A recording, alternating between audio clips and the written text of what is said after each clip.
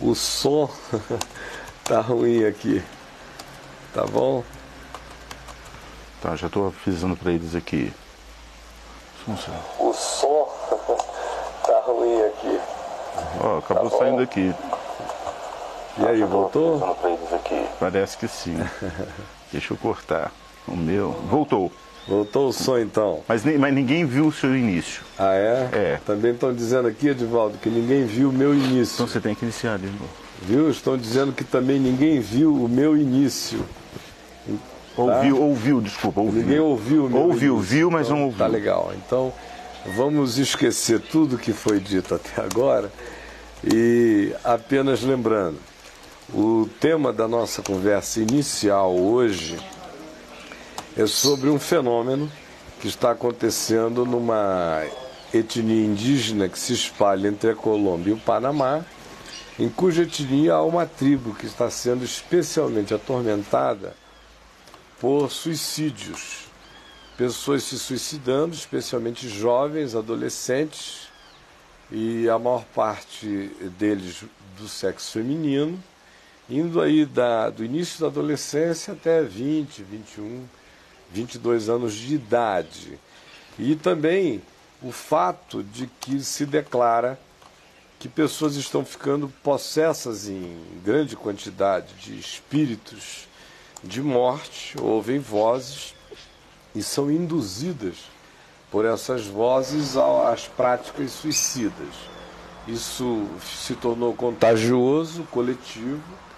O xamã da tribo diagnosticou o caso como sendo de uma manifestação de um dos mais perversos espíritos contra o grupo deles, porque na leitura dele alguma coisa se rompera na atmosfera espiritual da humanidade e essas forças estariam assolando cada vez mais as pessoas. No caso específico da tribo deles, gerando essa motivação suicida, esses surtos de possessão jogada e tremida e toda essa declaração de que vozes são ouvidas o tempo todo com indução à morte. Então a questão é, você viu o vídeo, espero que tenha visto, do contrário a gente perde tempo expondo esses vídeos e a ideia é que as pessoas participem com consciência e lucidez. A segunda é, em tendo visto, qual a sua opinião ou qual a sua questão, se é que o vídeo possa ter suscitado alguma questão a você. Eu apenas o propus como debate para hoje, porque eu recebi pela internet de uma pessoa esse vídeo e depois de mais duas, e eu achei que era um interesse que poderia estar se configurando aí entre internautas, de modo que a razão foi essa. Quero lembrar também aos que estão nos vendo através de screen player, de algum blog ou site, ou mesmo no meu site, que a única maneira de você participar e interagir é vir para o site da VMVTV, cujo acesso você alcança facilmente através do www.caifado.com. Abra lá, se cadastre em 2, 3 minutos, que você terá um chat piscando aí em azul do lado direito da telinha, e aí como centenas fazem, milhares fazem, você também pode entrar e fazer a sua questão, além de que tem todas as vantagens de estar dentro da VMVTV, que são incomparáveis. De modo que, e aí, Fonseca, o pessoal está me ouvindo? Tá sim, tá te ouvindo. E primeira coisa é que estão dizendo que você está muito elegante. Eu? É, estão agradecendo. Mas falando bem, claro. Não, a elegância é sempre uma coisa boa, né? E até agora sem nenhuma pergunta. O que eles disseram é que o documentário, as partes em inglês não foram legendadas, porque talvez já vieram assim. Não, estavam em espanhol, né? Estavam em espanhol, né? E a gente sempre assume, não sei porquê, eu assumo que todo mundo que lê português lê espanhol. E aí, talvez seja por causa disso. Mas o resumo que eu fiz foi esse, né? E não é o primeiro fenômeno, na realidade, né? A gente tem ouvido falar nos últimos 15, 20 anos, de vez em quando, de algum surto. De suicídio. De suicídio em tribos indígenas. E os surtos de possessão são muito mais normais e comuns do que se imagina, né?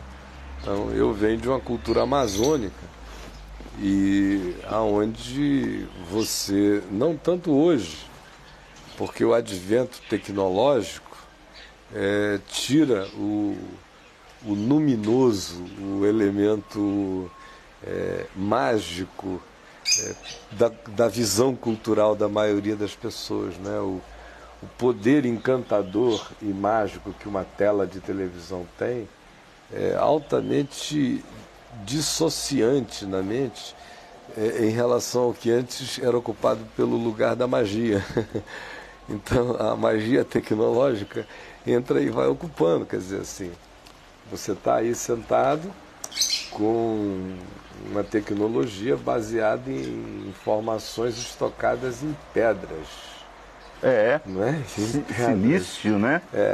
Num ambiente que só é possível por causa das descobertas acerca da física quântica. Sim. Mas como a gente disse há uma semana atrás, se se abrisse um computador desse, assim, de tela bem viva, na cara de Abraão à noite, ele saía e correndo na hora, ia sumir e aparecer em Berseba, achando que uma aparição perversa lhe teria chegado. Ou então que alguma coisa divina o teria visitado, porque de fato é forte o impacto disso aí. Então, o que eu estava dizendo? Agora, na cultura... a Áurea fez uma pergunta aqui legal. É possível quem segue o caminho ser atormentado em sonhos por esses espíritos? Quem o quê? Quem segue o caminho tem... É possível quem segue o caminho ser atormentado em sonhos por esses espíritos? Eu pediria para você aguardar só um segundinho, só para a gente não largar de todo o fenômeno indígena. Ah, tá. Porque, afinal de contas, houve um documentário e milhares de pessoas assistiram o documentário. Alguns entenderam mais, outros menos, alguns nada, mas só para a gente não desprivilegiar os que tiveram esse carinho de assistir o documentário. Então, hoje, já nem tanto, eu ia dizendo, nas culturas amazônicas e indígenas, e aqui de toda essa geografia da Amazônia ocidental, entrando pelo Caribe, pelas outras culturas, o advento tecnológico gerou uma dissociação entre o que antes era o primeiro olhar, era a primeira cosmovisão, já era natural ver a vida com um olhar todo imantado de espíritos, de seres e de tudo. Com o advento tecnológico, essas coisas vão ficando mais dissociadas. Você vê, por exemplo, no próprio documentário exibido, como os índios já pareciam mais caboclos do que índios. Do que propriamente índios. A indumentária, aquela coisa toda. Quer dizer, são índios for the sake of the ethnic, por causa da etnia.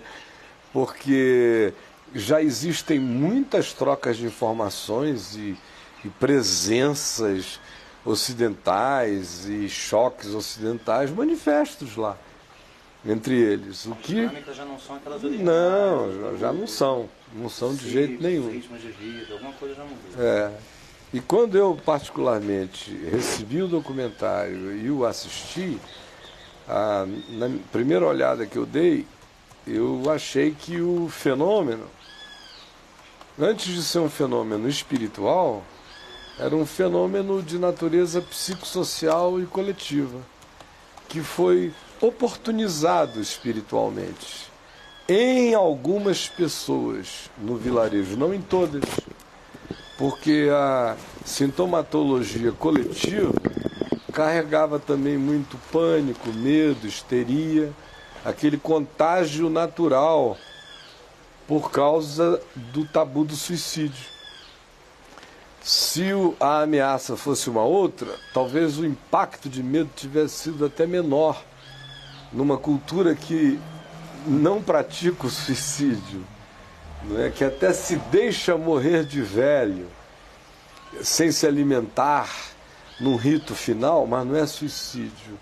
esse suicídio juvenil é impensável na cultura indígena, né? Então o choque desse resultado gerou um pânico extraordinário. Aí a pergunta que eu faria é: que pânico é esse? De onde ele vem? Né? Às vezes a gente menospreza as implicações do que estão acontecendo no planeta sobre culturas primitivas e indígenas.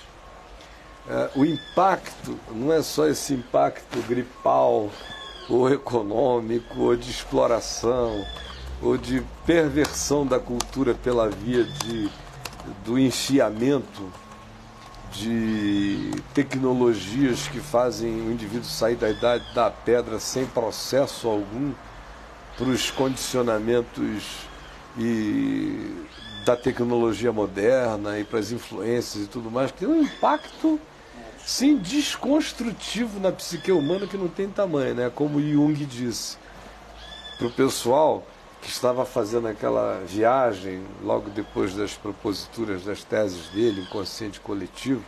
Ele foi estudar bastante as culturas orientais e aí ele viu muita gente embarcando assim de cabeça naquilo, ocidentais querendo virar orientais, essa coisa toda, né?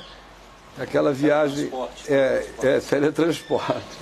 E ele falou que poucas coisas eram tão perigosas no experimento da psique humana quanto essa tentativa de mudar de arquétipos com os quais você nasceu da noite para o dia.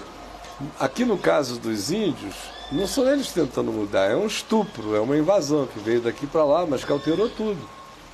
Ora, como é que você fica exposto a uma coisa tão abrupta dessa da noite para o dia, sem que isso gere toda sorte de medos e de pânicos e de angústias? É uma mudança arquetípica e de paradigma psicológico, espiritual e existencial muito súbita, né? E não foi feita baseada no amor de Deus, mas que coisa, numa mesmo. imposição, estupro extraordinário. De medo, né, Caio? Aí não tem como a arquitetura psíquica dessa comunidade continuar a mesma. Crença em espíritos, eles sempre tiveram. Em possessão, eles sempre tiveram. Agora, eles nunca se mataram. O que há de novo aí? São dois elementos. Um é o suicídio. O outro são as vozes indutoras de suicídio. E talvez o terceiro elemento tenha sido o contágio coletivo, a histeria que gerou em torno disso. Então, a meu ver, o que startou o processo todo é essa invasão, é uma desconstrução da alma indígena mesmo, é síndrome do pânico chegando ao coração indígena. Quem vai lá evangelizar, ou quem vai levar cultura, está tão certo de que o que eles são os levaria ao inferno, que eles já trazem o inferno preconcebido deles e colocam ali para terem medo desse inferno e poder pedir misericórdia a Deus. Isso algo assim. Com ou sem presença missionária. Porque há casos em que não há necessariamente a presença missionária, não é de nenhuma natureza. Mas existe a presença missionária da cultura ocidental. Uma das coisas mais degradantes, por exemplo, é você chegar numa tribo de índios que eu visitei, vamos supor, há 32 anos atrás, no mês que meu filho Davi nasceu, aonde os seios femininos ainda eram todos nus, as roupas eram só as de baixo e vermelhas, os homens usavam ainda, no máximo, shortinhos, ou então eles estavam com roupas naturais. Urucu era usado para marcar o rosto, para pintar de vermelho. As mulheres carregavam seus filhinhos a tiracolo com toda aquela manufatura artesanal maravilhosa. Ainda era tudo assim, original. E agora, 32 anos depois, eu saber que se você quiser encontrá-los desse modo, você tem que avisar para eles poderem se vestir desse jeito. Viraram índios do Xingu para visitinha turística, né? Ou então viraram índios lá da margem do Hotel Ariaú, do outro lado do Rio Negro, que são aqueles índios já de quase que de escola de samba, né? Polaroid. Polaroid. Então é uma desconstrução violenta e não necessariamente pelo missionário religioso, mas é pela ação missionária da cultura ocidental destrutiva. Essa abordagem é muito interessante pelo seguinte, geralmente quando a gente fala em índios, em destruição de tribos indígenas, a gente traz isso muito associado à cultura do ponto de vista separado da existência indígena. A morte de uma cultura e tudo aquilo que representasse a cultura indígena, mas a gente não aborda a questão da morte dos elementos arquetípicos que eles utilizam para vivenciar os seus processos de tempos e modos, né? Como, por exemplo, os ritos de passagem, de adolescência, de casamento, de entrada na idade adulta, modos de lidar com a morte, maneiras de entender o nascimento, relação com a árvore, com a água, com os astros, etc. E eu, uma vez, estava vendo uma reportagem aqui no Brasil sobre essa questão. Habib, você está sem áudio, tá, meu irmão? Sem áudio? Tá. Então é só pegar um microfone desse aqui e passar para o Habib. E eu não sei o que está acontecendo. Essa interatividade é boa que chega o tempo todo a informação, né? Por precaução eu vou retomar o diálogo completo, né? Tá bom, então. Então eu dizia o seguinte, que quando a gente fala em extinção de tribos indígenas, a gente geralmente fica preso às questões de produção cultural indígena. Roupa, comida, música, ou coisa que vá. Não que isso não tenha valor, mas esse contexto que o Caio está abordando é um contexto que a gente não costuma abordar, que é que a ocidentalização das tribos indígenas faz com que eles percam seus elementos que norteiam a construção dos seus arquétipos, a forma como eles vivenciam seus processos interiores existenciais, ritos de passagem, na adolescência, idade adulta, casamento, modos de compreender a dinâmica da vida em volta deles, tudo isso. O que eu uma vez estava olhando num documentário sobre, era na região dos Terenas, envolvendo também suicídios, principalmente de adolescentes e tudo mais. E a sensação que eu tinha olhando o documentário dessa vez era o seguinte, a pessoa que vivia naquela comunidade, você estava acostumado a vivenciar a sua vida com um certo ciclo, né? Você se via novinho, convivia com alguém muito velho, e você tinha uns processos já pré-determinados, né? Aos 12 anos vai acontecer isso, vai ter o primeiro dia em que eu vou caçar só, eu vou pescar sozinho, minha primeira onça que eu vou enfrentar, e outras coisas que vencem naquela dinâmica. Cada uma delas com um simbolismo interior, né? Em que você superando isso. E de repente você vê às vezes uma pessoa com 10 anos e ela olha para frente e ela verifica que todos aqueles degraus que ela iria vivenciar não existem mais. Ela não existe mais. Ela não tem a menor ideia do que ela vai fazer para conseguir alcançar o mesmo tipo de gratificação ou de processo que ela alcançaria na forma antiga. E eu imagino que isso deve ser extremamente desesperador, essa perda de sentido mesmo da sua vida, de você se sentir sem chão, eu fico pensando. Né? Aí quando eu te vejo falar de estupro, né? Estupro no modo de viver, estupro no modo de você lidar com a vida, eu concordo absolutamente com você. Realmente, a pessoa indígena hoje, com 10 anos de idade, que tem um contato mínimo, que seja com um antropólogo, ou com um missionário, ou com quem quer que seja, ele de imediato ele começa a perder esses elementos culturais que ajudariam ele a vivenciar processos psíquicos, espirituais nossos. Né, humanos, a gente tem os nossos modos, eles têm os deles. Mas a tecnologia não nos dá nenhum.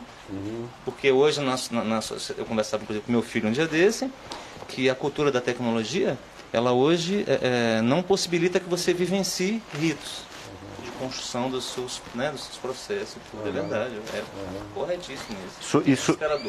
E sobre isso a Michele pergunta se esses suicídios são apenas doenças psicossociais ou a perda da consciência indígena, que você estava falando, abre um oportunismo realmente espiritual para o diabo chegar aí. Foi a primeira afirmação que eu fiz, é que a desconstrução psicossocial, cultural e tudo mais, cria um elemento oportunista para a manifestação espiritual.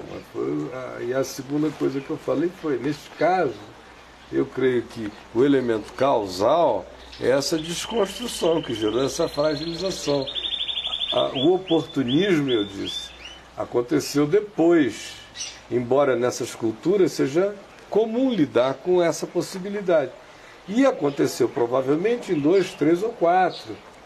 Nos demais, eu falei, me parece claramente uma extensão de coletivização de medo, de histeria, de pânico e tudo mais. Essa é a opinião É um particular. fenômeno que reclama discernimento para que cada um possa, né? Vai ter, como tu diz, vai ter alguns que vão estar possessos, outros vão estar com mecanismos psíquicos coletivos. Não dá para industrializar a causa e nem o resultado dessas coisas, né? Você tem que ir vendo caso a caso. É muito parecido, quando eu vi o documentário, eu me lembrei, por exemplo, dessas filas de possessos em igrejas neopentecostais.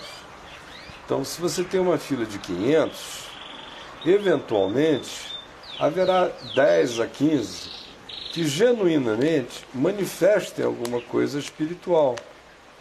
Porque já tenham tido esses antecedentes, porque invocassem normalmente esses espíritos nos seus cultos de origem, ou porque já soubessem do antagonismo existente do ponto de vista religioso entre o seu culto, as suas práticas e essa inserção na qual ela foi subitamente posta, afirmando ser inimiga do que ela carregava. Já chega cheio de culpa. Aí existem manifestações no meio de 500, 10, 15, que você pode dizer foram genuínas. As outras foram possessões dos possessos. Como assim, cara? Histeria, medo, todas essas coisas simples de fazer acontecer. Isso é que as pessoas não acreditam. Simples de fazer acontecer. Eu estava conversando com simples de fazer acontecer. Porque eles são simples, né, cara? Simples de induzir. Outro dia um rapaz conversando comigo aqui, que já vem aqui em Brasília me acompanhando há um tempo, ele falou assim: eu dou graças a Deus todos os dias por você ser realmente uma pessoa de Jesus e do bem. E ele não é nem evangélico, ele nem caminhante conosco. É um sujeito de fora que me vê na televisão. Aí eu falei, que bom, por quê? Aí ele falou, porque, meu amigo, se você entrasse numa de brincar com a cabeça das pessoas, é verdade, você ia ter uma das seitas mais vultosas dessa terra. E eu tenho consciência disso por ver a infantilidade da propositura e da sugestão que é proposta todo dia, a falta até de complexidade no bom arranjo do engano, se fosse o caso. É verdade. E o povo embarcando aos milhões. Então, se no fast food está todo mundo satisfeito, funciona no velho cozinha. Se fizer, aí, meu irmão, aí se fizesse, não ia ser brincadeira, e é fácil. É muito fácil. Se se pesca com fezes, né? Que dirá com camarão, se né? Paletó de Benihim derruba os caras por aí, se essa coisa toda, é o que eu tenho brincado aí no site. Esse Chris Angel do A&E, esse mind freak, esse ilusionista, se ele, de repente, não tivesse aparecido com a honestidade de um ilusionista, e ele chegasse assim, com roupa de crente, meu irmão, esse sujeito já tinha se transformado no Hare Krishna moderno. ele estaria, e o que teria de crente evangélico seguindo o Chris Angel não ia ser moleza, porque ele dá de 10 em tudo que é curandeiro, mágico e sugestionadores de qualquer natureza religiosa aí, de uma maneira extremamente bem feita, do ponto de vista do ocultamento dos seus truques. Caio, mas olha só, vamos aqui ao que interessa. Esses índios que estão passando por esses processos, eles estão vivendo em muitas igrejas do Brasil ou não? Não, mas as igrejas do mundo inteiro vivem na cultura ocidental. Vivem. Sim, e a pergunta do Gabriel sobre isso, olha que legal. Não seria o caso da cultura missionária cristã se adaptar à cultura dos povos? É claro, faço-me de tudo para com todos para ver se salvo. Que legal, isso. Assumir de tudo para com tudo. Deus não é judeu, né? Ah, não, né, Caio? Não é judeu. E nem cristão, né? Nem cristão, nem nada, mas ele se encarnou. Quando ele se encarnou no tempo e no espaço, se olhassem para Jesus de Nazaré, iam dizer um judeu, um jovem judeu. Então, Poderia isso ser... é por quê? Porque a cultura judaica, que era a cultura de Deus na Terra? Não. A cultura judaica tinha dois tipos de elementos. Um elemento que era advindo do que fosse revelação de Deus dada aos que falaram da parte do Senhor entre eles, não é nem nas escrituras, porque as escrituras que a gente tem, o livro mais antigo que Gênesis, não foi escrito por Moisés há 3.000 e tantos anos atrás. O livro de Gênesis, de fato, as histórias, a oralidade, a conversa, Era antes dele. foram sendo escritas porções e porções.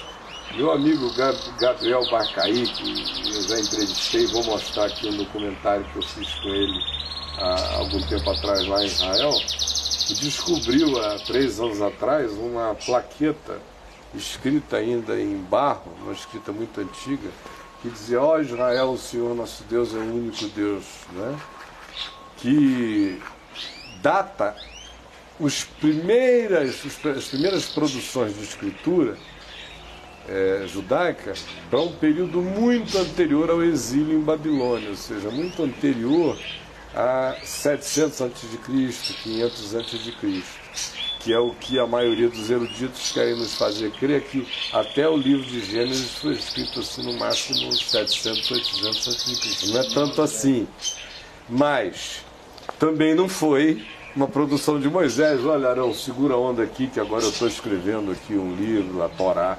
Não foi nada disso, foi uma produção gradual, bem lenta. Então, nesse sentido, a cultura judaica teve a influência do que se instituiu como oralidade de revelação, que veio a se tornar posteriormente escritura. Isso de um lado. De outro lado, ela fez o seu desenvolvimento particular, como toda e qualquer outra cultura. Tanto é que o desenvolvimento particular cultural sobrepujou a escritura na cultura judaica. Não é o que Jesus denuncia o tempo todo? Vocês jeitosamente criam isso e criam aquilo para poder não cumprir nem a lei de Moisés? É mesmo. Não é? O Talmud não foi uma revelação divina, foi uma produção rabínica. O Mishnah não é uma revelação divina, é uma produção rabínica. Em que é que o judaísmo está baseado, mais do que em qualquer coisa, de 2000 anos para cá? Está baseado nas escrituras do Velho Testamento ou no Talmud, no Talmud, Mishnah e nessas outras coisas? No Talmud, com certeza. E hoje em dia, para os modernos, mais nas escrituras do Antigo Testamento ou no Talmud, Mishnah e na Cabala? Eu ia falar isso. Né? Então, cultura judaica é só outra cultura. Respondendo a pergunta dele. Ora, se Deus conseguiu se encarnar na cultura judaica, que matou mais bode, mais touro, que derramou mais sangue do que qualquer outra cultura do planeta, nem os astecas derramaram mais sangue. De sacrifício. Os sangues humanos, quando foram derramados entre os astecas, em geral, tinham aquela voluntariedade do indivíduo que se sacrificava. Era uma honra, era uma catapulta para ele. Pelo bem das estações que melhorariam, pela seca que ia acabar, por qualquer outra coisa assim, ou paz e tudo mais, né? Mas em Jerusalém, do primeiro templo para frente, especialmente nos dias de Jesus, meu amigo, se matava em proporções industriais. Industriais, assim, não seria um exagero você dizer que na Páscoa, por dia, eram imolados 20, 30, 40 mil ovelhas, num dia, de sangue derramando. Caberia esse fluxo ali num dia?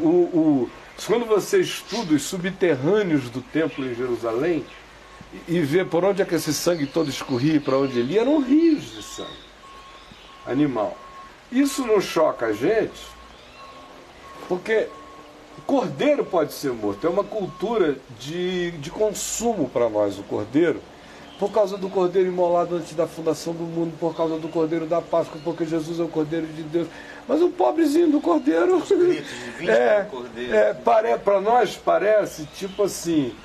Ai, que nojo quando uma menina urbana vê você depenar um frango todinho e passar-lhe a faca no pescoço e derramar o sangue. Ela, ai, que nojo, eu não quero comer desse sangue, desse frango, porque eu conhecia a galinha. Mas se ela comprar o bife pronto ali no supermercado, não foi galinha que ela comeu.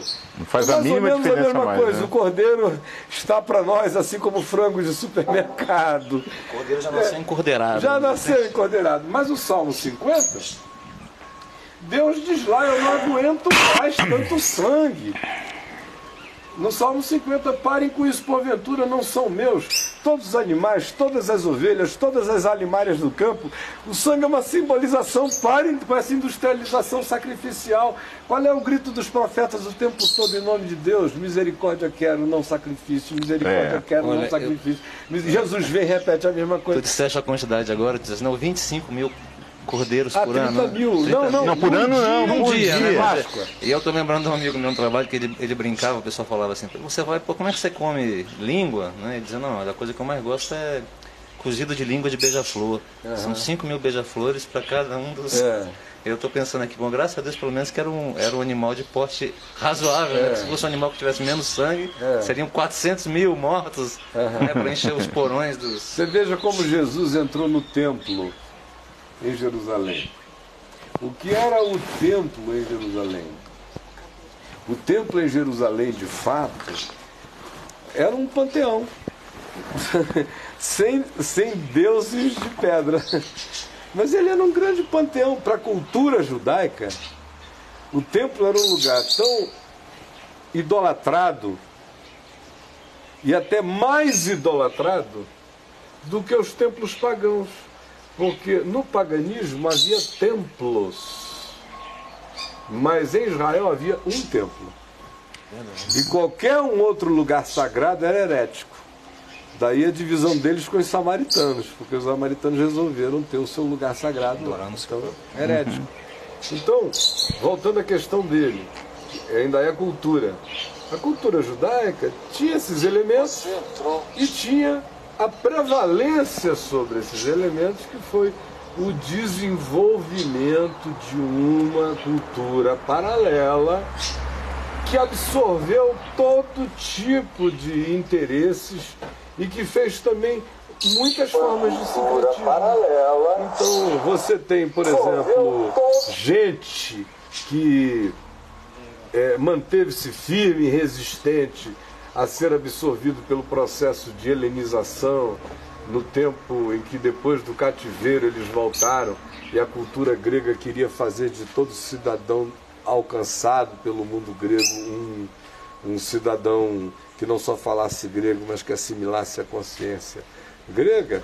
Houve judeus que resistiram tanto quanto houve inúmeros que foram absolutamente assimilados, que fizeram seus sincretismos, que fizeram suas absorções.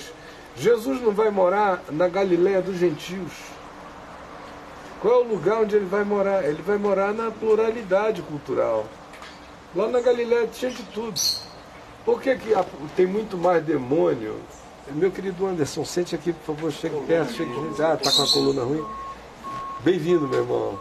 Então, por que em Jerusalém a manifestação de demônios é diferente da manifestação de demônios na Galileia? Você já notou isso? Uma pergunta, seria diferente entre os indígenas também? Mas você já notou isso no Não, Evangelho? Nunca tinha percebido Não, isso. você não vê em nenhuma hora assim. Jesus estava ensinando no templo e alguém começou a gritar possesso, dizendo que tu és o Cristo. Isso acontece em sinagoga, na beira da estrada, no caminho, não sei o que, no templo não. As castas eram outras. Eram de uma natureza muito mais pesada as que estavam ali. Dentro do templo, olha só, Naquele era tempo, pior o negócio lá. Muito infinitamente piores, muito mais sutis. Olha que interessante. Muito mais dissimuladas, né? Aí, essa demoniadazinha básica se manifesta entre o povo, não é entre os sacerdotes. O sacerdote não incorpora. O sacerdote já está incorporado. É ele que já é o diabo na relação com o outro, no domínio, nisso. Ele não precisa mais. Incorporação é resistência ainda encontra um ser em debate. A grande possessão é assimilação, é adaptação profunda, é conjugalidade mental com o processo, que é o que Jesus diz no templo. Ele não diz na Galileia. Na Galileia ele expulsa demônios, espírito imundo sai dele, mas ele não disse de ninguém lá, filho do diabo. No templo, aonde ele não expulsa demônios, ele diz: vocês são filhos do diabo, porque o conluio não merecia mais estremecimento, não tinha ninguém resistindo. Já era um assentimento estabelecido, já havia um entronizamento do conceito. Então, vindo aqui para a cultura, os missionários, essa coisa inteira, e não só os missionários que a gente considera missionários, que na nossa mente são ingleses, americanos, holandeses, que vieram de 200 anos para cá, ou os católicos na descoberta do Novo Mundo. Não, eu estou falando em cada processo, desde o primeiro século. Um dos grandes problemas da chegada do Evangelho foi a tentativa de fazer evangelização cultural. Porque uma das brigas mais radicais de Paulo, qual era? Era contra a evangelização cultural. Os judaizantes, que eram os cristãos, que continuavam querendo servir a um híbrido, que fosse Jesus mais o judaísmo inteiro com tudo que ele continha, eram os caras que saíam de lugar em lugar atrás de Paulo, querendo enfiar, aonde Paulo chegava com o Evangelho, o pacotão inteiro da lei de Moisés, dos cerimonialismos e disso tudo. Então, desde a origem, conquanto para Paulo o problema fosse mais grave do que só cultural, porque para ele era uma desconstrução da cruz inteira, se o antigo, o pano velho, se quisesse fazer remendo de pano novo em pano velho, na linguagem de Jesus, que era o que eles queriam, se destruiriam ambos, se desconstruiria o Evangelho e a cruz. Essa era a questão essencial de Paulo, mas no bojo dela vem também isso, que é o que ele diz a Pedro e a Barnabé em Gálatas: como sendo tu judeu, quando você tem uma chancezinha transcultural, você quer viver como gentio? E agora, só porque chegou esse pessoal da parte de Jerusalém, vocês resolveram reassumir o pedigree judaico de vocês e querem impor o pedigree de vocês sobre os gentios com quem vocês ficam à vontade quando não tem ninguém de Jerusalém? Então, que hipocrisia é essa? É hipocrisia cultural e é heresia contra a cruz, porque nós sabemos que nenhum de nós foi salvo por causa desse pacotinho que vem de Jerusalém. Nós fomos salvos exclusivamente por causa da graça do Senhor Jesus. Sobre nós. Então, ambas as denúncias estão feitas no mesmo pacote. Então, por exemplo, eu fiz um exercício uma vez, que foi aquele livro que seria a trilogia do Nefilim, Tábuas de Eva, que era Em Busca de Issa, que eu já contei aqui, que já tinha quase 400 páginas escritas quando o hard disk queimou, que era a seguinte tentativa: era pegar Jesus do jeito que eu sei que Jesus é, o Jesus que eu encontro nos evangelhos, com o espírito dele, e dizer o seguinte: bom, os esotéricos querem que ele tenha saído de casa com 13 anos numa caravana, que tenha ido para a Pérsia, tenha ficado lá e com os discípulos de Zoroastro, que de lá ele tenha feito uma viagem confucionista, que depois ele tenha chegado a Krishna na Índia, que ele tenha tido toda a relação com essas culturas todas e que tenha voltado carregado então desses mistérios todos, tendo feito a assimilação dessas divindades, que teria começado com a assimilação com a figura de Osíris, não é? E a fuga para o Egito já teria trazido de lá esse mito em Maria e em José. Aos 13 anos ele teria feito essa peregrinação inteira, que é a tese esotérica desde sempre. Não tem nada novo. O pessoal está grilado com isso aqui agora, só porque antes ninguém dava mínima, porque o cristianismo estava com tudo. Mas é interessante como o Bush não só acabou os Estados Unidos da América, mas ele iniciou o processo de aceleração da morte do cristianismo nos Estados Unidos e na Europa. Foi um processo que o Bush foi uma figura que acelerou bastante. Voltando aqui. Então,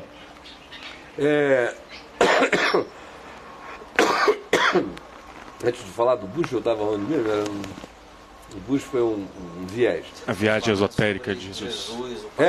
Essa viagem. Então, essa viagem esotérica. Então, eu escrevi um livro que dizia, já que eles querem que a viagem seja essa, deixa eu fazer essa viagem para eles. Aí eu fiz Jesus, saindo de casa com 13 anos de idade, indo embora, na viagem inteira dos esotéricos. Dando uma de Janete Claire, assim, fazendo uma novela. Deixando ele ir. O problema é que com 13 anos, ele era ele com 13 anos. Ele era o mesmo que com 12 embasbacou os sábios do templo em Jerusalém. Quando foi viajando, embasbacando todo mundo. Ele foi embasbacando todo mundo. E aonde ele chegava, a próxima alternativa era a fuga. Porque senão ele ia morrer fora de Jerusalém, e um profeta não morreria fora de Jerusalém. O que eu fui mostrando é que, de um lado, ele não caberia no todo dessas culturas nenhuma. De nenhuma delas. De nenhuma delas, especialmente nas mais poderosas.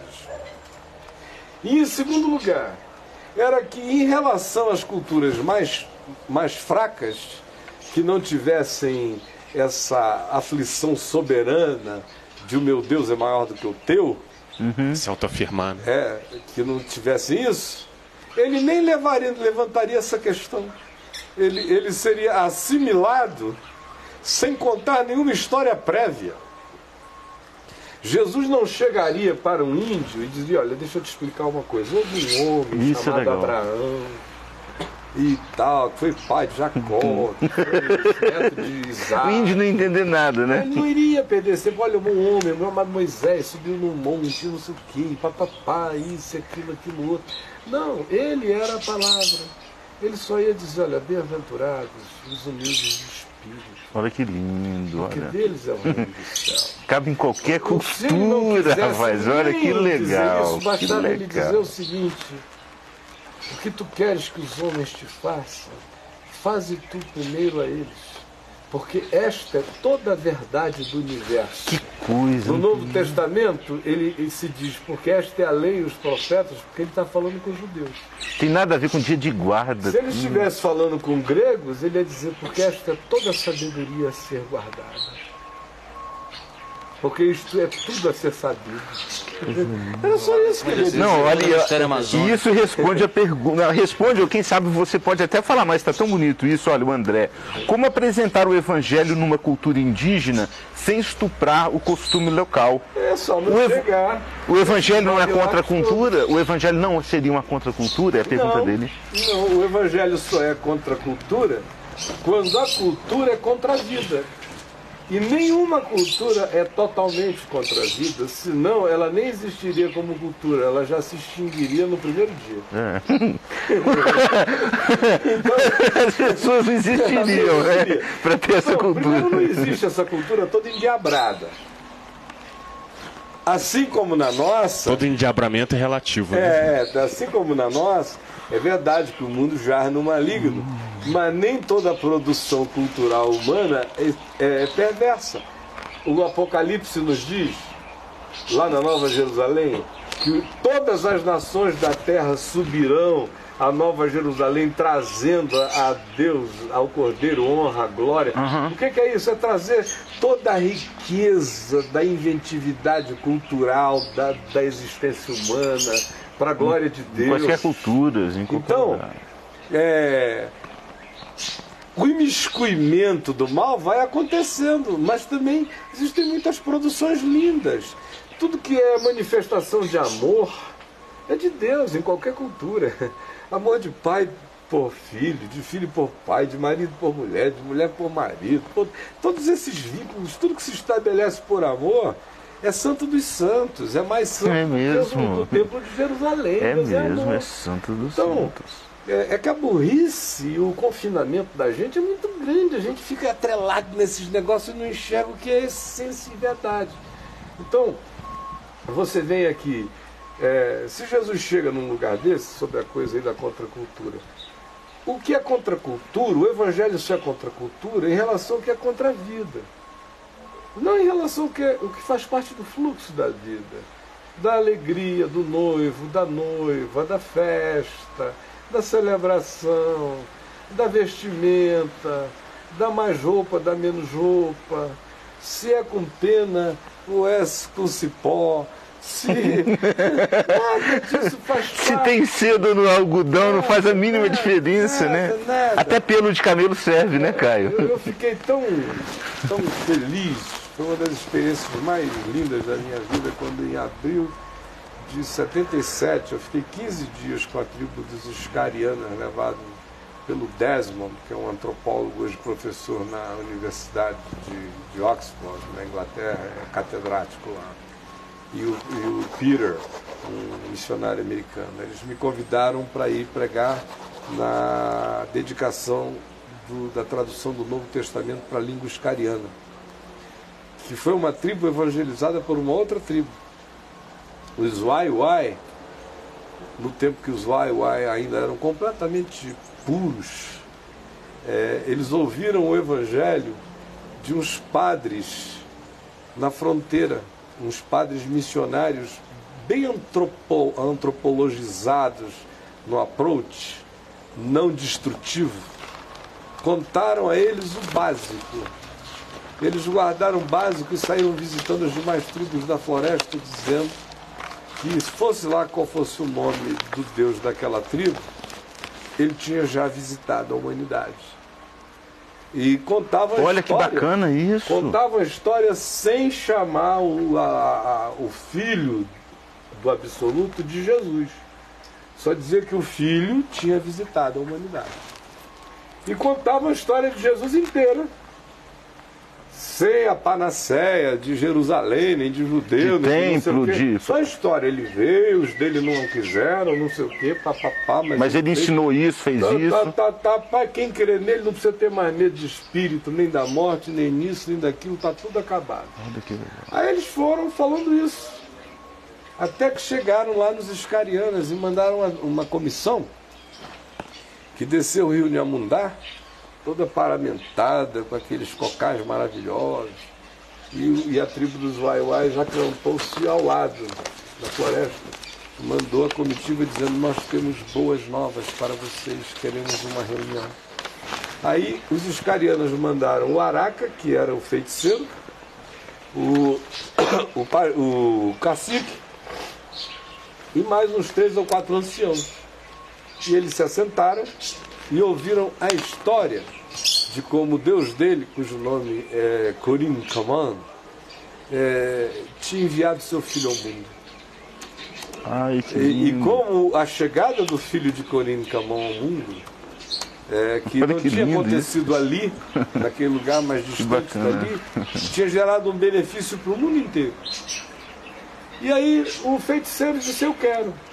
Foi o primeiro. Que bacana. E aí todo mundo se converteu na tribo. A Wycliffe, que é aqui de Brasília, o Instituto Samba, enviou missionários para lá, e a política deles era muito interessante, eu espero que continue a mesma, porque eles não enviavam gente para doutrinar índio, nem pregar para índio, nem nada. Era só para aprender a língua, traduzir o Novo Testamento e deixar o pessoal ler. E ensinar o índio a ler o alfabeto que tinha sido criado para ele. E ali ele lia o que ele quisesse e fazia o que quisesse com a informação. O Espírito Santo existe. Existe e vai falar. Vai falar. É isso que eles faziam. Conclusão: o Desmond chegou lá, 17 anos antes dessa minha visita, já com a Bíblia, com o Novo Testamento pronto, com essa política missiológica. E aí fico ali, não sabia falar nem ai naquela língua, né, dos iscarianos. Mas um dia ele foi escovar os dentes à beira do rio e ele estava lá com a escova dele. E o índio areando os dentes, né? Que você sabe que o índio chega ali na beira do rio, por isso que antigamente não se dizia escovar, era arear. Na minha terra, no Amazonas, eu ainda, quando era pequena, a minha avó ainda dizia, não esqueça de arear os dentes, era escovar. Porque originalmente, antes de ter escova e pasta, você ia na beira do igarapé, pegava aquela areia fina do igarapé e limpava os dentes, lixava os dentes, areava os dentes. Então o índio areia os dentes. Então está lá o missionário escovando o dele e o índio areando. Quando o missionário acabou, não tendo o que falar, assoviou o hino Santo, Santo, Santo, Deus Onipotente. Lembra qual é? Sim, Santo, Santo, Santo, Santo, Deus Onipotente. Só que no assovio. Quando ele está no meio do assovio, ele deu uma parada e o índio aqui acocorado continuou.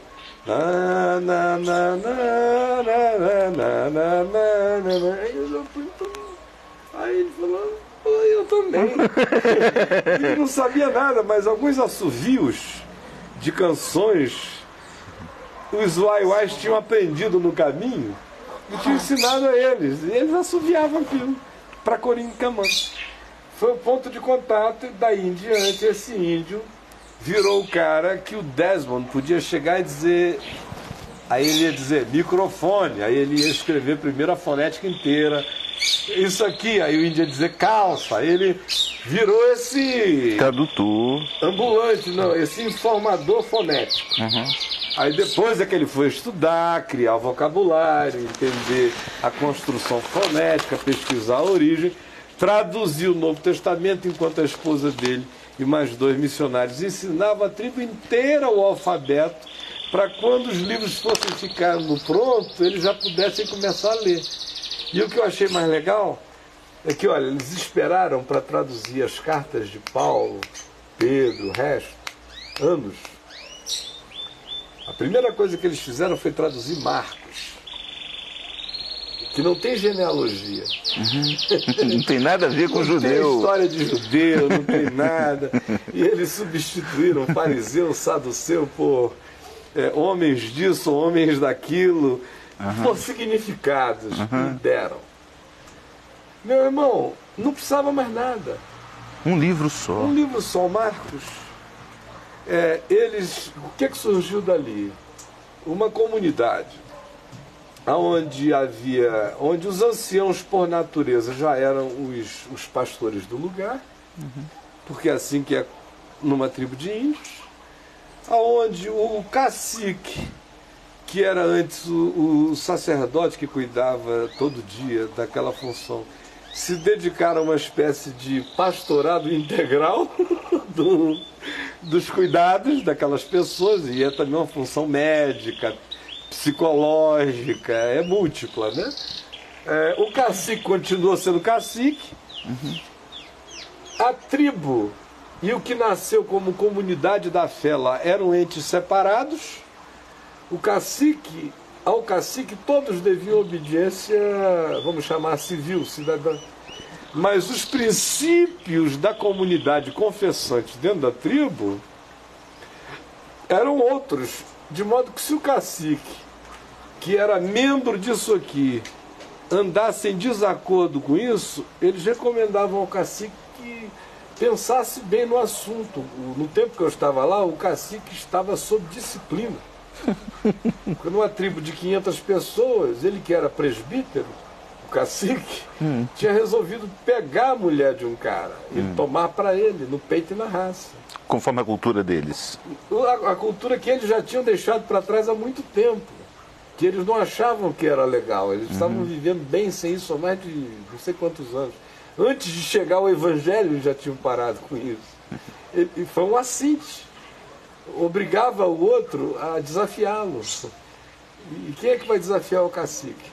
Aí, pois bem, o Araca chamou e falou, olha, você não está andando segundo o Evangelho. Ela era a mulher dele, você foi lá e tomou para você. Não foi nem ela que quis. Então, você vai ficar pensando nisso. Frequente as reuniões, mas eu não chamo mais você para ensinar o Evangelho aqui não, porque você não sabe o Evangelho ainda. E o cacique ficou assim 1 ano ou 2. Naquele período que eu estava lá, ele foi à frente, disse para a comunidade que o que ele tinha feito tinha sido um mau exemplo contra os princípios da tribo toda, antes de ser do próprio Evangelho, e que ele pedia perdão, e pedia perdão ao marido que ele tinha ofendido, e estava devolvendo a esposa, estava não sei o quê, estava isso e aquilo, aí o povo lá disse, então senta aqui e fica em paz. E também ninguém tocou mais no assunto não fizeram grandes casos do testemunho dele não. Pois bem, esse pessoalzinho que nasceu do Evangelho de Marcos, o que aconteceu? Quando estava chovendo e estava frio, eles batizavam por aspersão. Quando estava muito calor, eles batizavam por imersão. Não tinha nenhuma dificuldade entre eles. Todo mundo que quisesse tomava ceia. Quem quisesse batizar um outro amigo batizava. Não tinha essa história.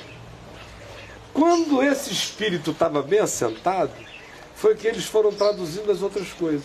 Os últimos textos traduzidos foram já as cartas de Pedro e o Apocalipse.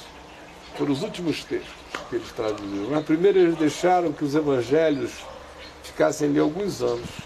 Quando eu cheguei lá, eu encontrei um bando de índio. Ninguém estava afetado por nada. Olha que legal, hein? Todo mundo completamente índio. As canções deles, eles criavam, com os ritmos deles, com os ditos deles, com os modos deles.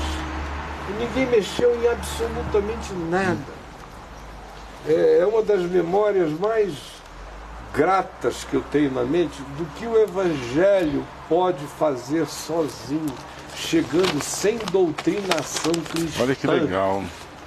Chegando sem cristianismo. De forma que, porque o Elton, ele pergunta uma coisa aqui, seria possível se ter novos evangelhos? Não existem novos evangelhos. Pra quê? Só existe o evangelho. A nossa cultura é que acaba com o evangelho. Jesus é o evangelho. Caio, agora... Agora, desculpa eu te cortar, é porque tem uma pergunta tão boa aqui, embora ela seja complicada. Não para você, claro. Se algum dia eu for parar numa tribo, eu fumo cachimbo da paz ou não? Depende, se você gostar. Eu fumo. Pronto. Porque eu fumo cachimbo. Da paz então melhor ainda, né? Eu fumo cachimbo da paz. Da guerra não pode. Agora, Da guerra é que não pode. Eu parei de fumar há muitos anos atrás. Agora o Evanderson, ele fala uma coisa interessante. Cachimbinho? Pelo amor de Deus. Agora, ai, meu Deus. o Evanderson, né?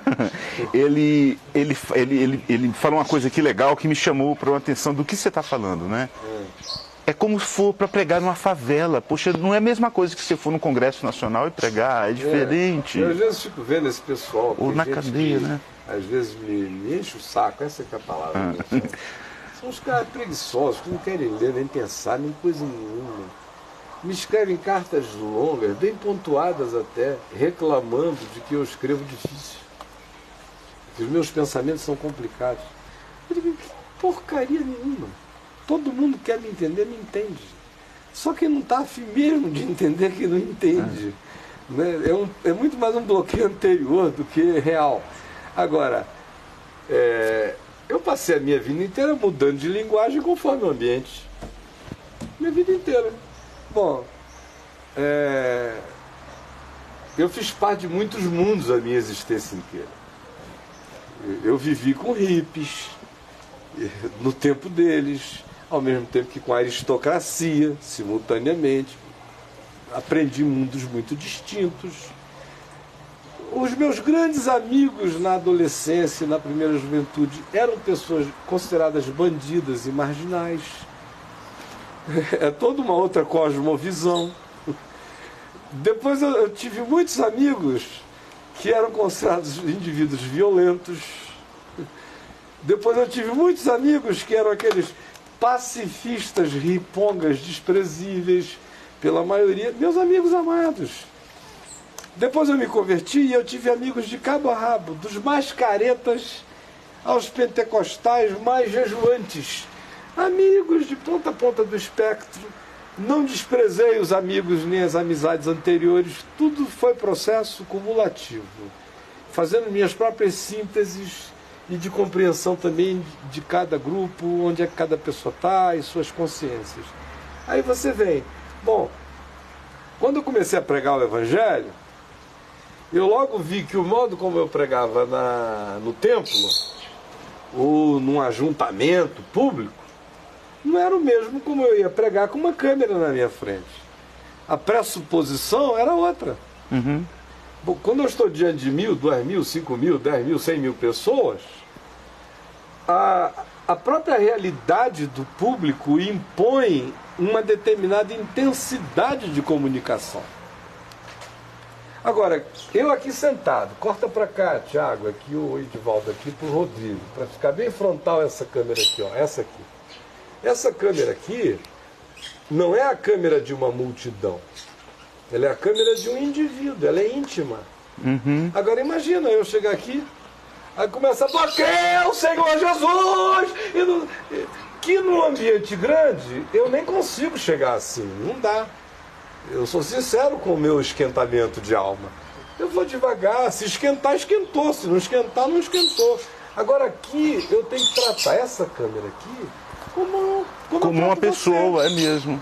Com essa intimidade. Então, a primeira lição de comunicação que eu tive quando comecei a pregar o Evangelho foi a televisão.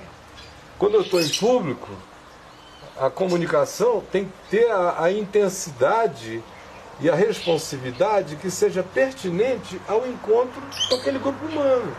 Quando você está falando com uma pessoa, é com uma pessoa. Se a intimidade que você está dizendo é tanta, você sussurra. Quem está lá dentro que aumente o som para os outros ouvirem, mas eu não fico nem preocupado com a técnica que corre atrás de mim, eu estou muito mais interessado com o momento do meu ser, não sou eu que estou à venda, eu estou aqui sendo sincero com cada instante. O seu efatá é variável, é isso? É totalmente. Né? Então, aí, eu comecei a pregar nos presídios em Manaus. Não dá para você chegar num presídio dizendo, meus queridos, é uma grande alegria estar hoje aqui com vocês, não é? Como é aqui na televisão. Então não tem essa história, você tem que reaprender tudo. Inclusive, depois de um tempo, você começa a aprender as linguagens do lugar. Uhum. E os maneirismos. Quando eu fui, por exemplo, para dar um exemplo mais curto, para Bangu e fiquei 3 anos lá dentro, quem me ouvisse pregando ali em Bangu se escandalizaria com você, né? Se escandalizar. Como eles se escandalizam aqui quando eu digo que está todo mundo de 4 com um tarugo do diabo enfiado no traseiro. Ué, em Bangu é a única coisa que dá para entender. O cara diz, uau, reverendo, eu nunca tinha pensado nessa. Né? Amar os manos do PCC como os do CVV. Ou quando o cara chega e diz... Já tá rindo aqui. Ou quando o cara chega e diz para você diz que o sangue de Jesus purifica de todo pecado. Ele, mas como? Eu digo, mas é claro, meu irmão, tem sangue mais bom do que esse? Ele, não tem não. E assim vai. Se você é posto no manicômio, você vai, eu pelo menos vou entrar na viagem do manicômio. É, isso Cada mesmo. lugar tem a sua viagem. Agora, mas Aládio, mas tudo bem, mas o Aládio pergunta, mas e evangelizar cristãos não convertidos a Jesus? É complicado também, né, cara? Isso é mais difícil. Isso aí a gente tem que tratar como Jesus tratava fariseu. Nossa. Se é bonzinho como Nicodemos, a gente vai levando. Vai levando e falando em parábola. Uhum. E quando ele diz, mas como você não aprendeu isso no Evangelho, meu irmão? Tu és mestre em Israel e não compreendes essas coisas? É. Se for casca grossa, diz fariseu hipócrita, vira pra lá, meu irmão. Vai fechar a porta do inferno, para de atrapalhar o reino de Deus.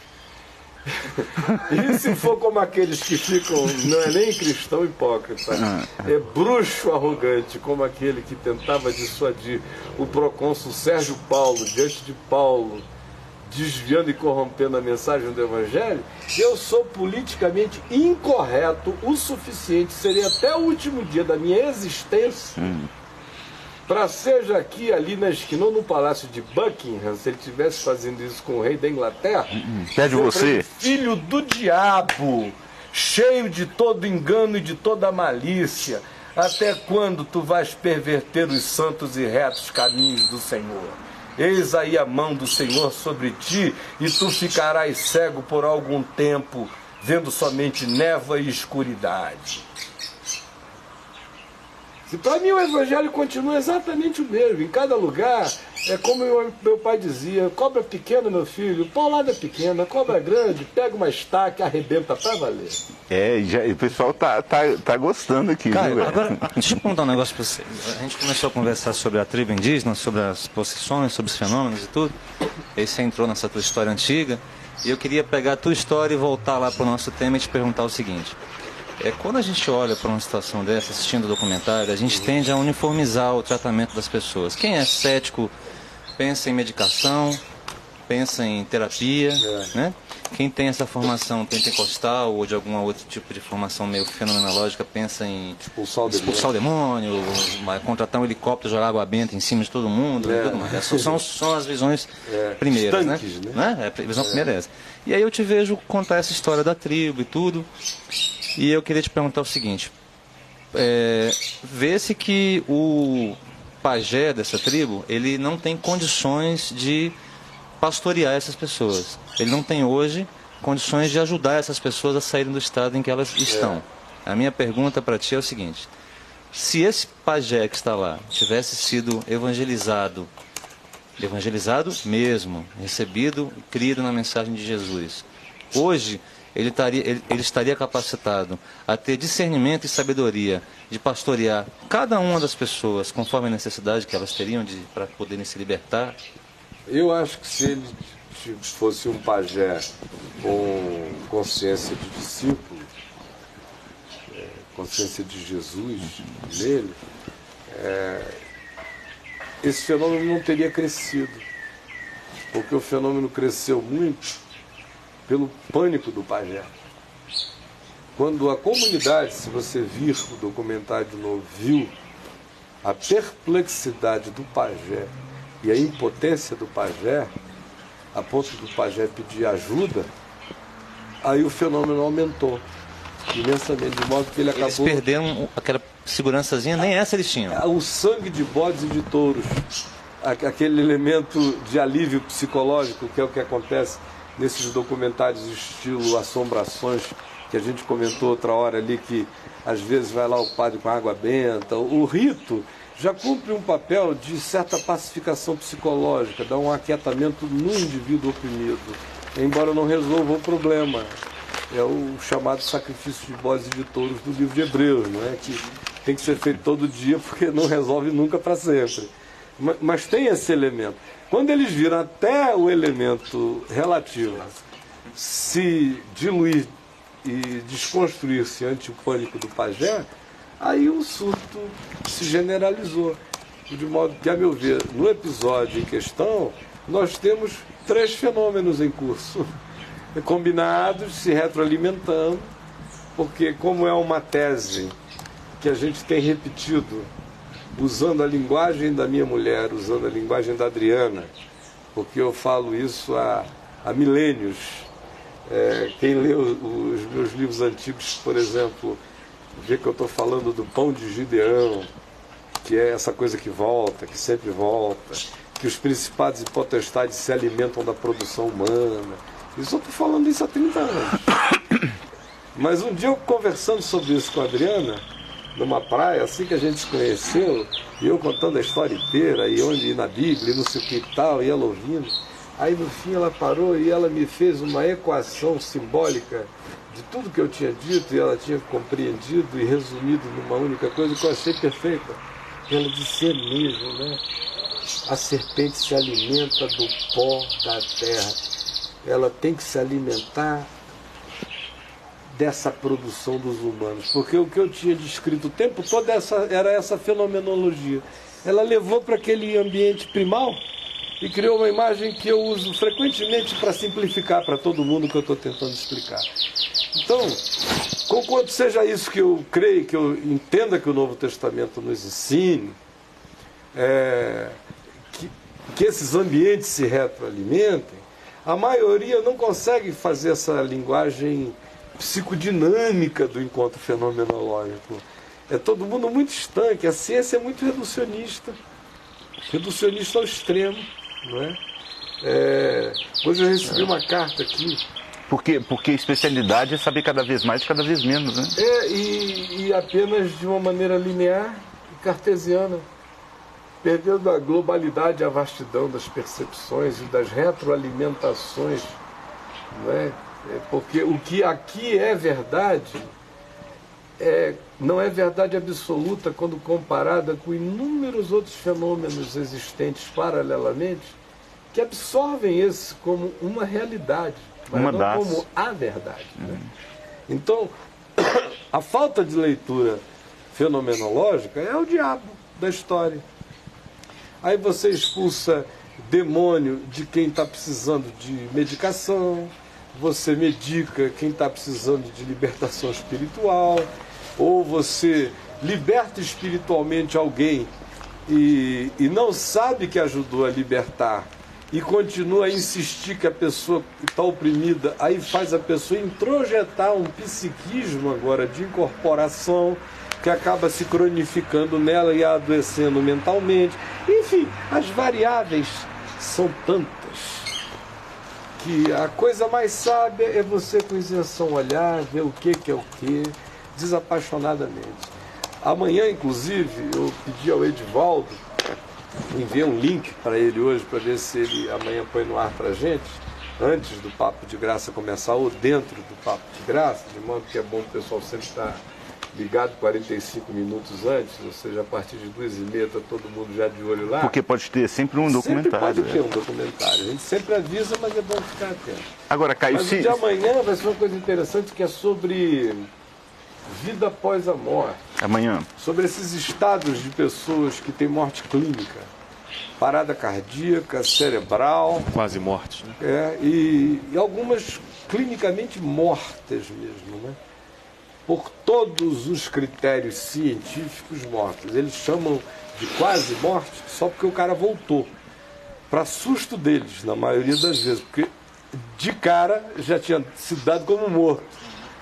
Cessação de todos os sinais vitais, tudo isso. Então amanhã a gente vai estar tratando esse assunto, dando uma conversada sobre ele. Vai ser um tema muito interessante, sim, muito rico. Mas quem não estiver preparado para entender também uma fenomenologia que envolve possivelmente algo que vá do mundo quântico, passando pela dimensão psíquica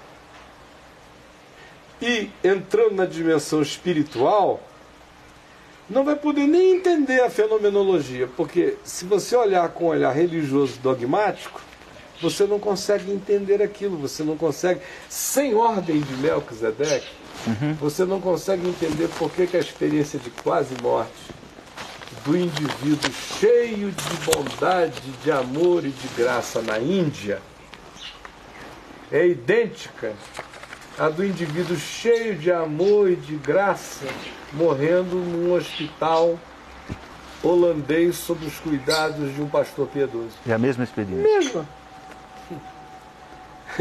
É mais uma coisa da ordem de Melquisedeque. Inclusive o Cleiton fala que esse papo de hoje está parecendo a continuidade tudo do será, papo. porque não há como você falar disso tudo e não incidir o tempo todo nessa coisa que o cristianismo deixou de fora, porque a ordem de Melquisedeque inviabilizaria o cristianismo. O cristianismo só foi possível porque ele deixou a ordem de Melquisedeque de fora e ele adotou apenas a salvação pela via genealógica. A salvação que tinha que vir... É o culto ao sêmen de Abraão, né? Tinha que vir. Então, e como inventaram a tal da sucessão apostólica, agora, é mesmo, eu vi esse negócio por aí. Todo gentil que virasse papa virava irmão de DNA espiritual de Pedro, então virava meio judeu. Aí é que o bicho pegou fogo mesmo. Sem precisar circuncidar, não é? Não, sem precisar. Embora alguns tenham feito isso para facilitar a pedofilia. Desculpem o humor negro. Claro. Tem pergunta aí? Tem muito. Antes de fazer as perguntas, que está quase terminando o tempo, né, Caio? Quanto tempo temos ainda? Que horas são ainda? Faltam 5 minutos para 5. Então temos mais 10 minutos. Temos mais 10. O Enoque manda um abraço de Nova York, não é isso? Eu acho muito bacana isso. Um beijão para ele, para quem mais estiver mandando abraços daqui, dali, da além. Muito grande. Não tenha timidez de enviar. De participar de modo interativo. Joseron da Suécia fala também que está. Só seria falar. Só mais uma coisa aqui que eu vou notando. O João Moisés fala que a FUNAI está querendo controlar o ingresso de missionários agora nos índios. E aquela pergunta lá do início da Áurea. Porque ela viu o documentário e viu manifestações, ela fala se é possível quem segue o caminho ser atormentado em sonhos por esses espíritos que se manifestaram ali naquele filme e tal. Olha, quem segue o caminho da graça pode ser atormentado por qualquer coisa. Jesus foi, né? Especialmente se seguir o caminho da graça. Se seguir o caminho da graça, né? Se seguir o caminho da graça, está lascado. Quer dizer, o caminho da graça é apenas o nome de um movimento que deseja seguir o único caminho que é Jesus. Certo. Então, se seguir Jesus de verdade, pode ser atormentado em sonhos? Pode. Agora, não terá no tormento do sonho nenhum tipo de cronificação de tormento. Porque terá todo o recurso para chegar e enfrentar isso sem medo. Porque o que instala essas coisas em gente de qualquer ambiente é e sempre será o medo. Papai me dizia quando eu me converti e a gente ia expulsar demônios, ele dizia: meu filho, nunca tema. Porque se o medo entrar pela porta, a fé sai pela janela. Ele nunca tema, nunca tema. Você é do Senhor Jesus, Ele tem todo o poder nos céus e na terra. Você crê nisso? Eu creio, então não tenha medo. Porque se o medo entrar, a fé sai. Medo e fé não habitam o mesmo lugar, eles não coexistem.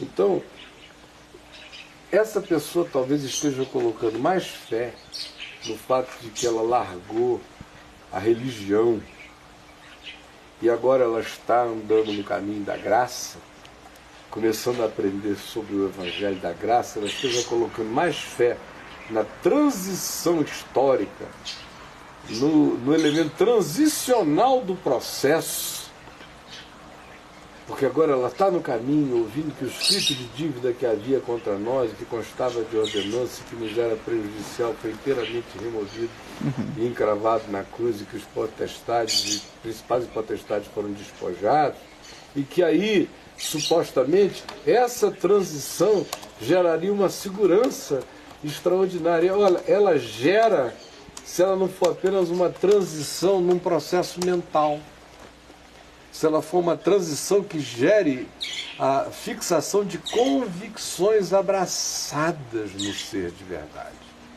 De verdade. Aí, meu querido, eu te confesso o seguinte: nesses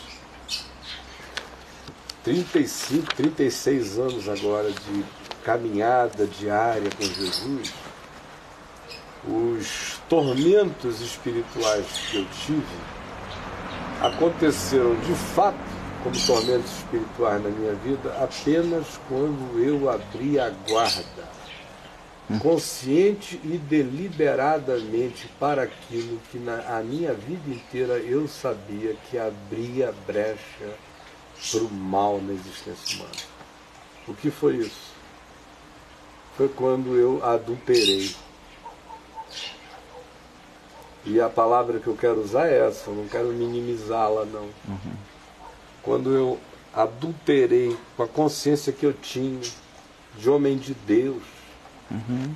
vivendo, porque pode até ser que alguém pule a cerca ali, para ele, tenha todas as gravidades do mundo, mas eu duvido que para 99% dos seres humanos que habitam este país, aquele ato tenha tido o significado esmagador que teve para mim.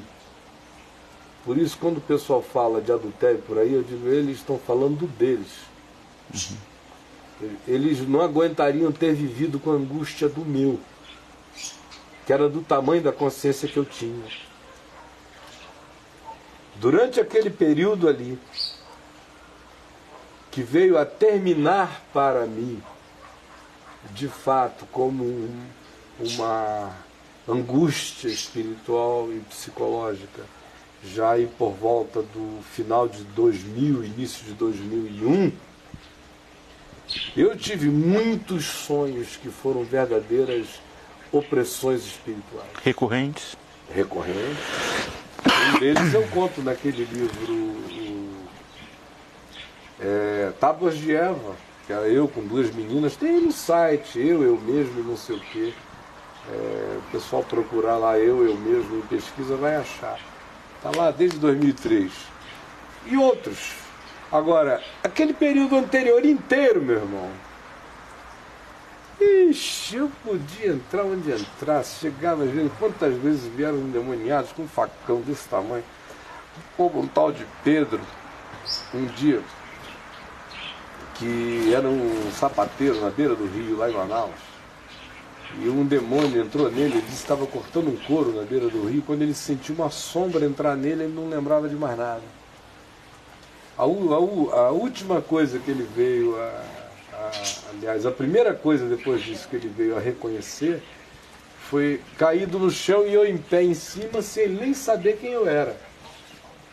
A uns 8 quilômetros de distância do lugar onde a sombra tinha entrado nele. Ele estava lá na beira do rio, a sombra entrou nele e ele disse que a única coisa que ele lembrava era uma pulsão que dizia: anda, anda, anda, que eu vou te levar no lugar onde tu vais matar alguém. Tu vais matar para mim. E ele saiu andando sem parar, foi direto pro meu escritório.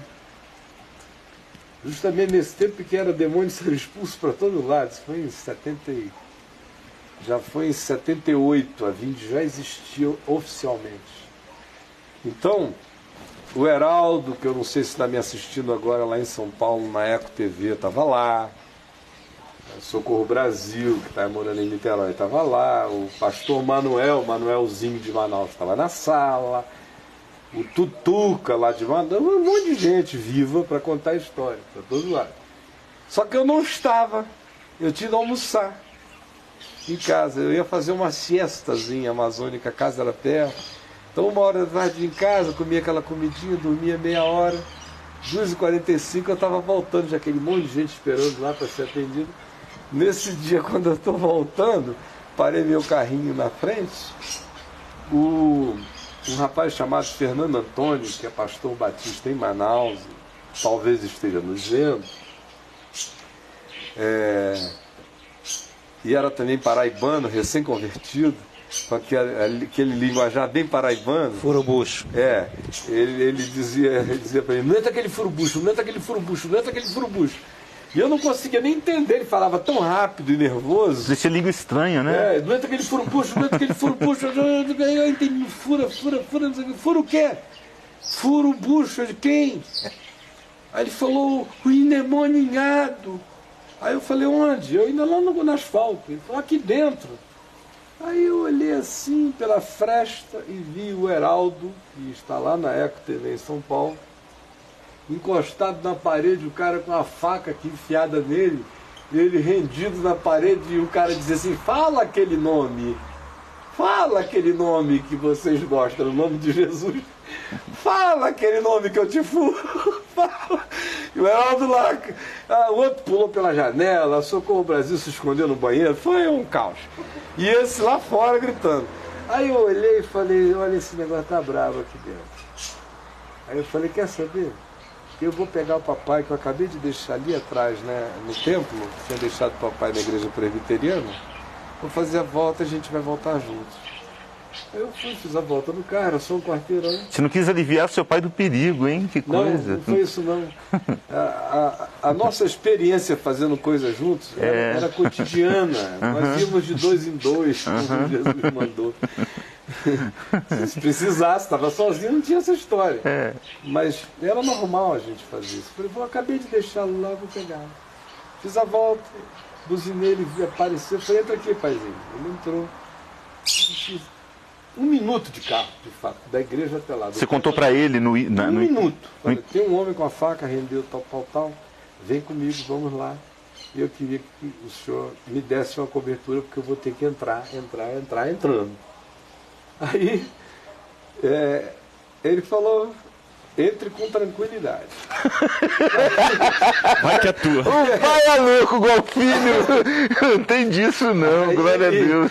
Aí eu abri a porta do carro e quando eu abri, pareciam aquelas coisas que aconteciam comigo em briga de rua. Assim, briga anunciada, eu nunca briguei, porque eu nunca aguentei esperar. Quando o cara dizia, eu vou te pegar amanhã depois da aula, eu atropelava agora. Então, não parecia que era o mesmo fenômeno. Na hora que eu abri a porta, que eu olhei lá para dentro, que eu vi aquele negócio, rapaz, eu comecei a gritar aqui. E olha que tinha uma sorveteria chamada Beijo Frio, que vivia lotada, era só moçada novinha assim, garotada. Naquele tempo se chamavam as cocotinhas, os cocotas, só aquela moçadinha. E críticos a dessa, muita gente volta, tinha um curso de inglês do lado. Então era assim meio ridículo chegar lá do meio da rua, gritando daquele jeito, como eu cheguei, né? Mas olha, isso aqui tá baixo. Que tá no esconderijo do alto, gritando que a rua inteira ouvia. Atravessando a rua e gritando. Aí ele começou a gritar lá de dentro, eu não me escondo neste esconderijo. E eu gritando alto, e o papai dizia, vai meu filho, vai!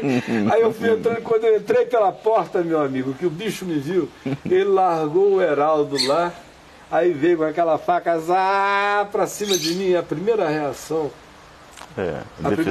foi jujitar. Sabe, por pouco eu não saí já tascando o braço dele, jogando ele no chão, virando ele ao contrário, né? Pofo!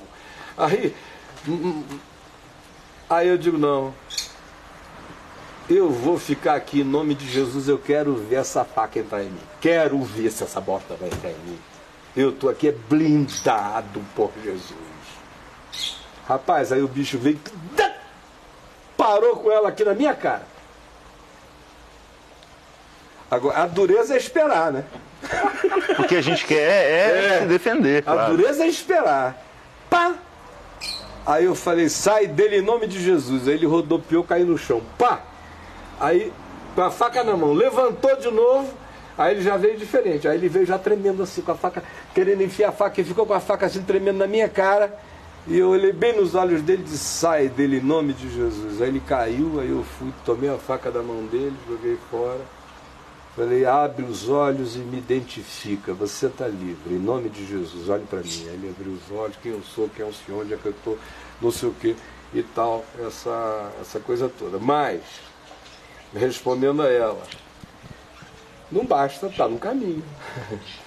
Aqui no caminho da graça, ontem eu estava dizendo à minha mulher, infelizmente, nós estamos lotados e lotados. Quem olha pela televisão e vê aquilo lotado e fica pensando que nas milhões de pessoas que me leem todos os dias, que tem uma coisa revolucionária acontecendo, infelizmente não é verdade, não.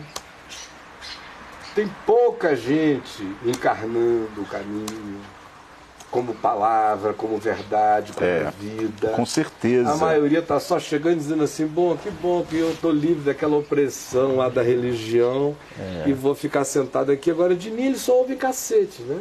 Eu não sei até quando eles vão aguentar. Não sei até quando. E eu não estou nem um pouco preocupado em juntar gente. Né? Ou o evangelho entra, ou não perca seu tempo. Ou então fique aí, dando tempo ao tempo, até alguma coisa acontecer, e aleluia. Eu tenho todas as paciências do mundo, não estou angustiado com nada. Mas também não tenho nenhuma ilusão quanto ao fato de que essa multidão toda, que diz que está no caminho da graça, ainda não tem o caminho como graça instalado na consciência. A maioria não lê a Bíblia, a maioria não lê o Novo Testamento, a maioria é ignorante, a beça. A maioria entende muito do que não quer mais. Dos ritos. Dos evangélicos. Sabem tudo de porcaria evangélica. Agora não sabem nada do evangelho, não sabem nada de Jesus, não sabem nada de quase nada. Aí fica pensando que mudou para o caminho da graça, que é uma coisa mágica. Não tem nada mágico, não. A verdade é Jesus.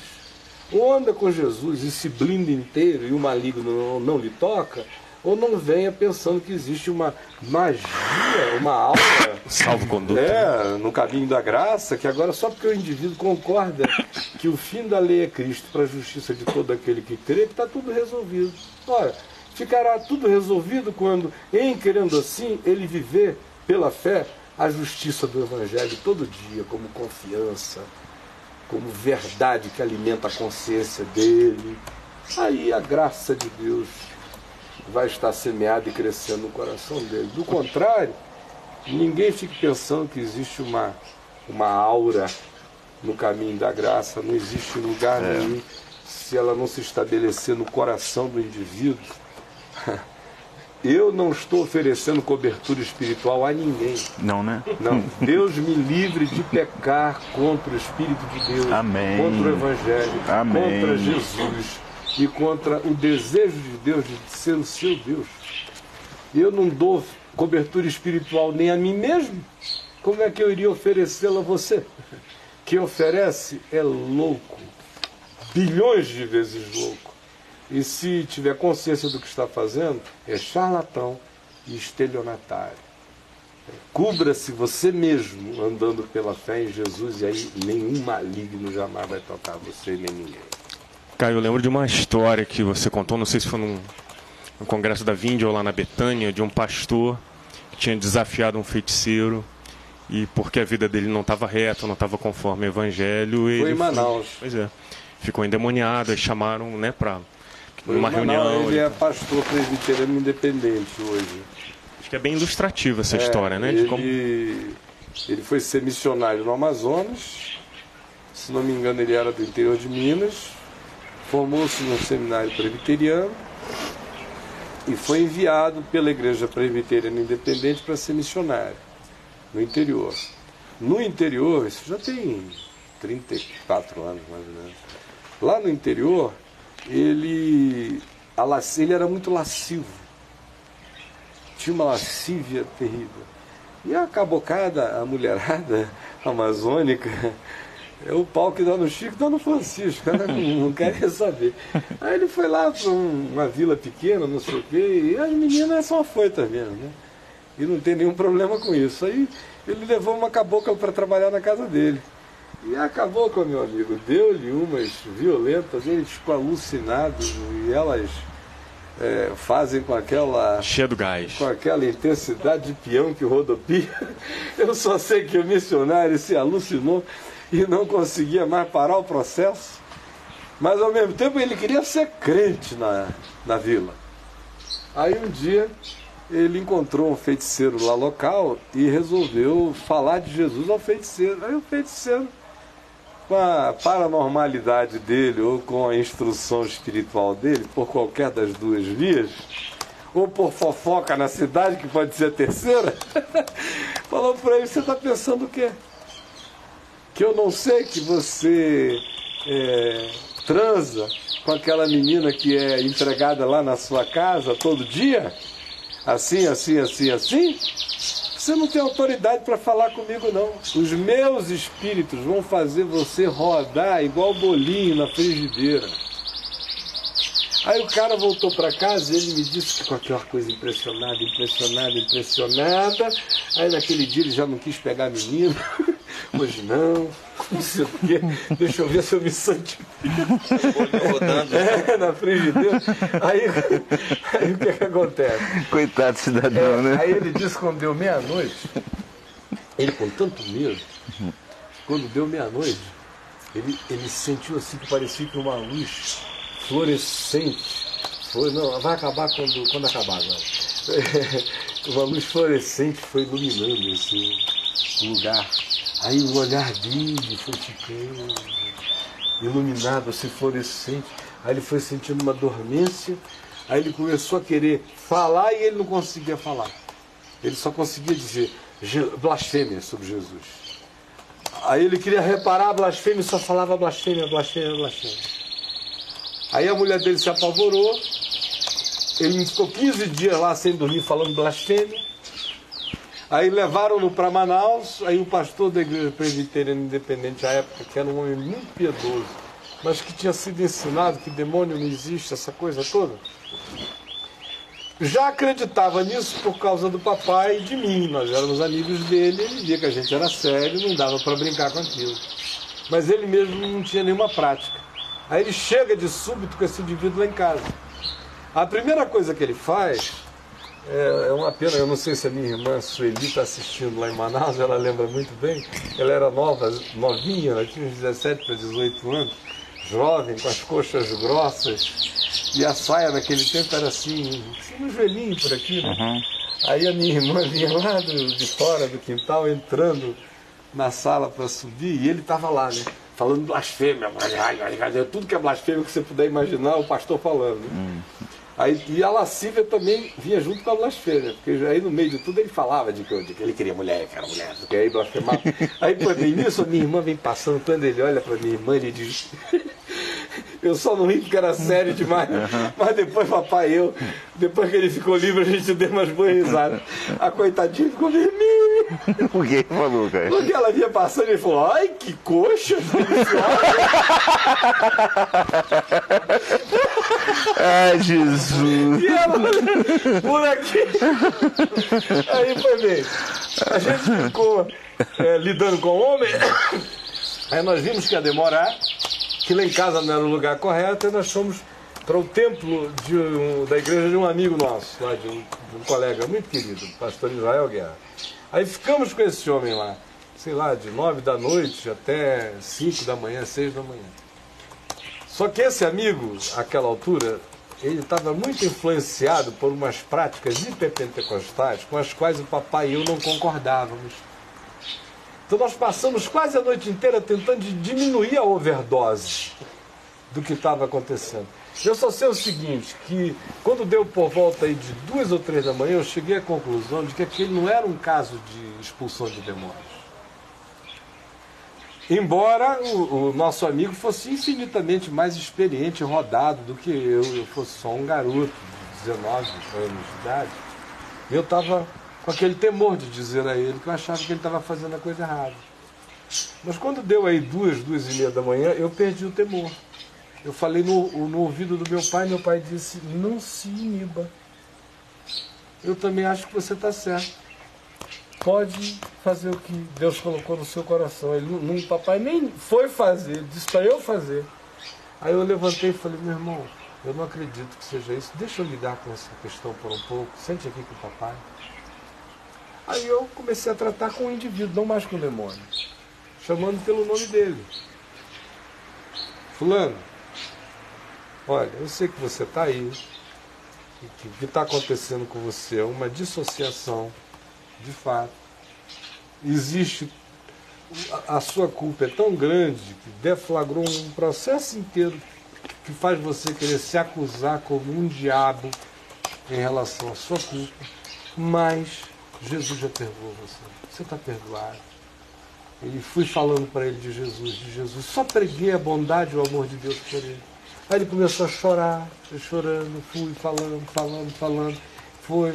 Aí daqui a pouco, esse amigo levantou uma hora lá, botou a mão na cabeça dele, quando botou, ele ia começando a tremer, eu falei, não faz isso não. Aí levantei com ele, dei uma volta para lá, para cá no corredor do templo, fui acalmando. Quando deu 5 e pouco da manhã, eu falei, pai, vamos tirar ele daqui. Aí levamos para casa, ele falou, o que é que eu faço? Eu falei, olha, jejue e ore, e busque diante de Deus um lugar de arrependimento, é só o que você está precisando, genuíno e sincero. Aí nós fomos para casa, quando foi no dia seguinte, 9 horas da manhã, chegou um bilhete dele lá em casa. dizendo: eu vim para minha casa, eu e minha mulher, e meus filhos, e até o nosso bebezinho, jejuamos pedindo misericórdia a Deus e um lugar de arrependimento, o qual eu alcancei diante do Senhor. E gostaria de ir lhe visitar para dizer quão grande foi a libertação de Deus. Aí ele foi, nós continuamos orientando ele, ajudando o homem a crer na palavra, porque ele tinha feito só seminário presbiteriano. Não significa que ele tenha entendido o Evangelho, nem crido no Evangelho, nem nada disso. E aí ele foi aprendendo o Evangelho, crendo. Aí eu fiquei anos sem vê-lo, depois no Congresso Geração 79 eu o encontrei em São Paulo, muito bem. Anos passaram e há não muito tempo atrás eu encontrei filhos dele, já adultos, um deles pastor, me dando notícias de que a vida deles continuou boa pro resto, desde então, né?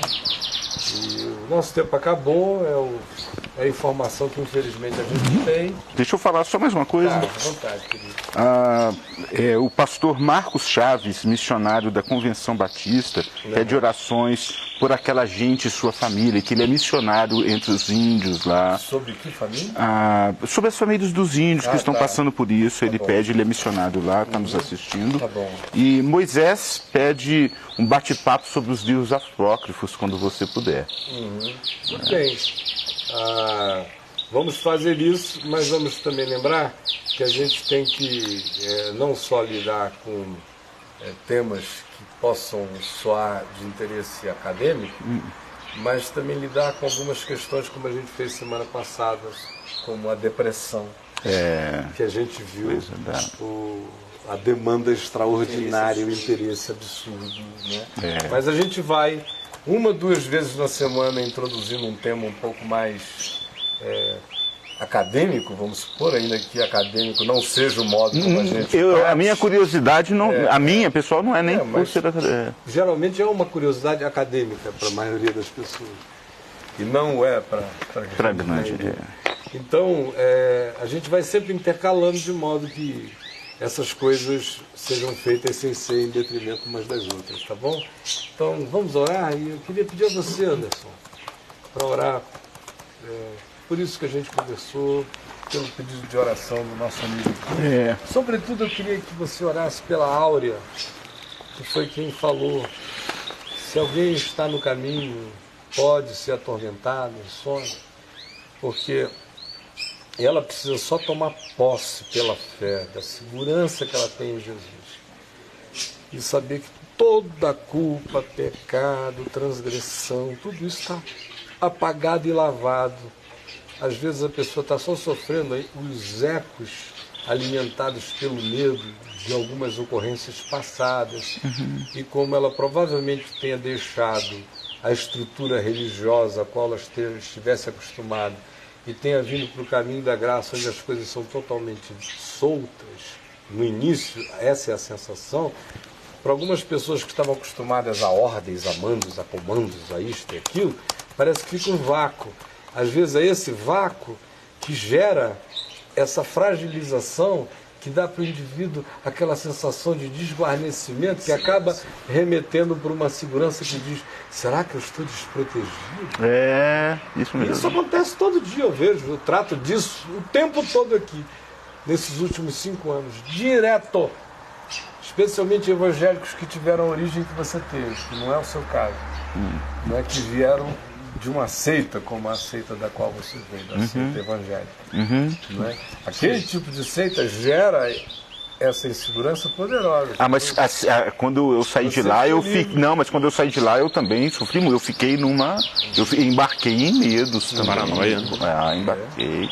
Será que eu estou largando o meu você senhor? Não era nenhum menino. Agora, imagina os frágeis de lá que eu tenho atendido aqui. Antes daqui já atendia há 30 anos, porque essa seita já tem uns 40 de idade. Sim, 40, isso mesmo. Se você já atendeu gente de lá. Eu vi praticamente o nascimento dela.